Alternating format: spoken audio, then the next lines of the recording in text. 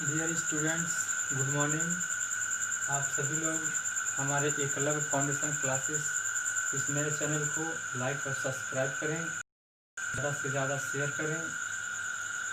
आज हम बायोलॉजी, जीव विज्ञान के कुछ कॉम्पिटिटिव क्वेश्चन के बारे में डिस्कस करने वाले हैं।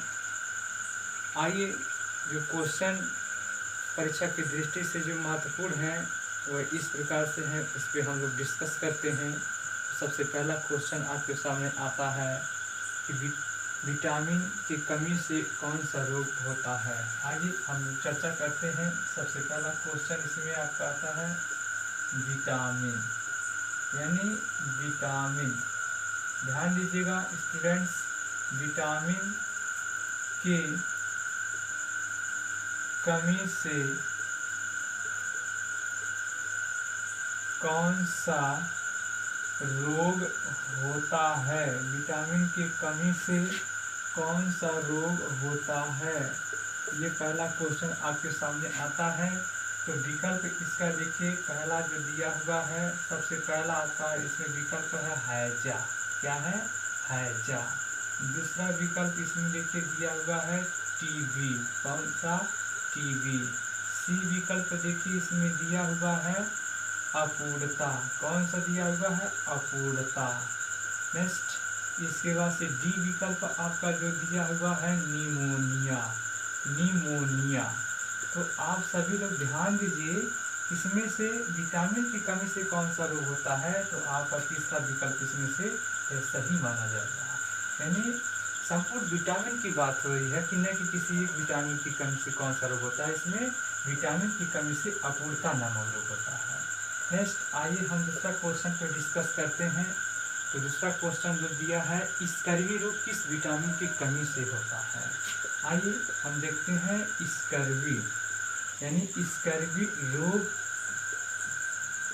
किस विटामिन के कमी से होता है। स्कर्वी रोग किस विटामिन के कमी से होता है।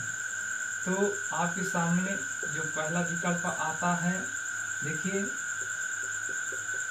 विटामिन आपका आता है ए, और दूसरा विकल्प आपका आता है विटामिन सी, तीसरा विकल्प आपका दिया हुआ है विटामिन डी, और चौथा विकल्प आपका इसमें जो दिया हुआ है, आपका चौथा विकल्प दिया हुआ है विटामिन के।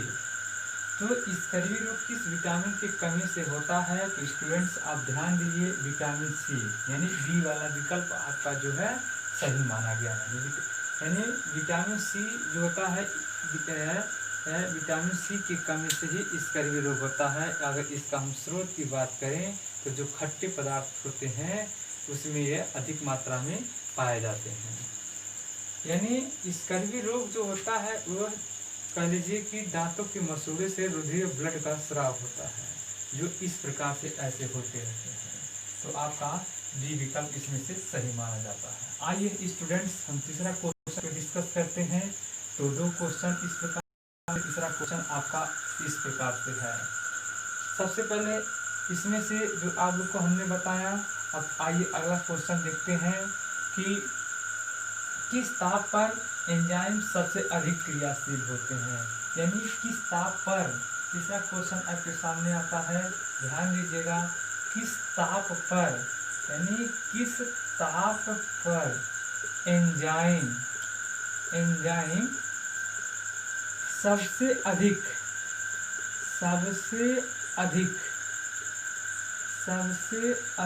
क्रियाशील होते हैं। सबसे अधिक क्रियाशील, यानी क्रियाशील होते हैं। किस ताप पर एंजाइम सबसे अधिक क्रियाशील होते हैं। तो ध्यान दीजिए स्टूडेंट्स, पहला विकल्प आपके सामने आता है 30 डिग्री सेल्सियस। कितना आता है? 30 डिग्री सेल्सियस। बी विकल्प आपके सामने आता है 40 डिग्री सेल्सियस। कितना आता है? 40 डिग्री सेल्सियस। सी विकल्प आपका आता है 95 डिग्री सेल्सियस। कितना? 95 डिग्री सेल्सियस। डी विकल्प आपका आता है इसमें से 80 डिग्री सेल्सियस। आप ध्यान दीजिएगा, 80 डिग्री सेल्सियस।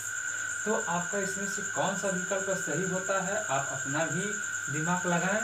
इसमें से देखिए बी विकल्प आपका जो दिया हुआ है राइट माना जाता है।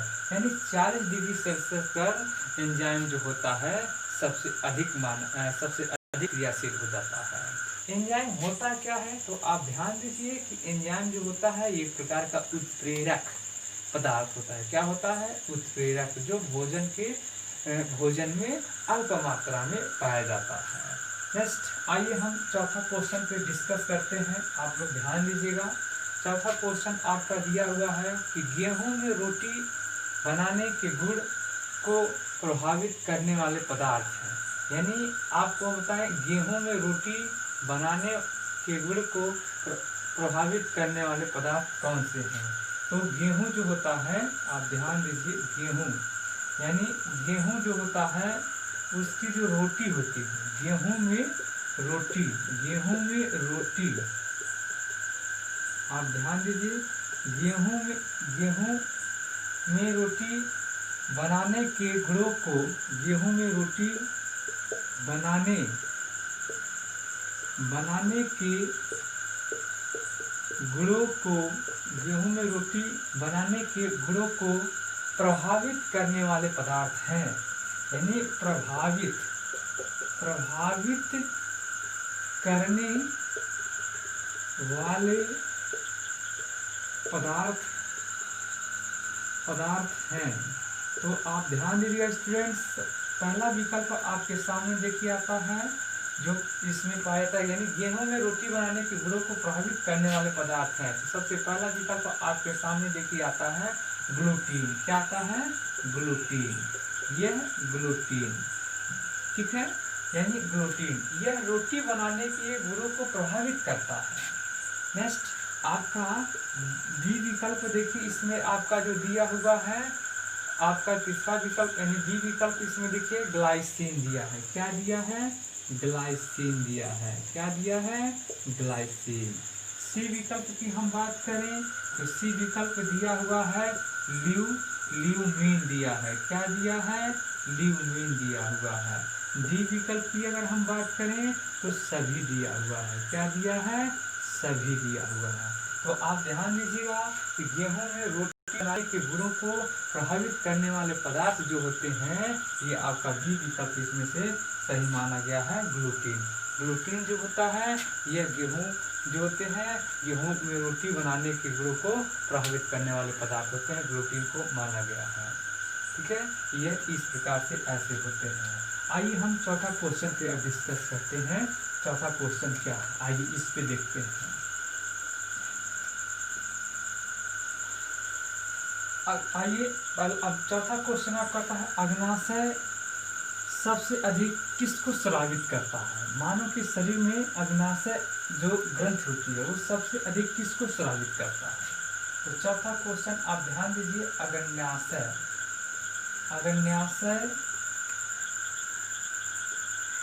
मानव शरीर में, अग्न्याशय मानव शरीर में सबसे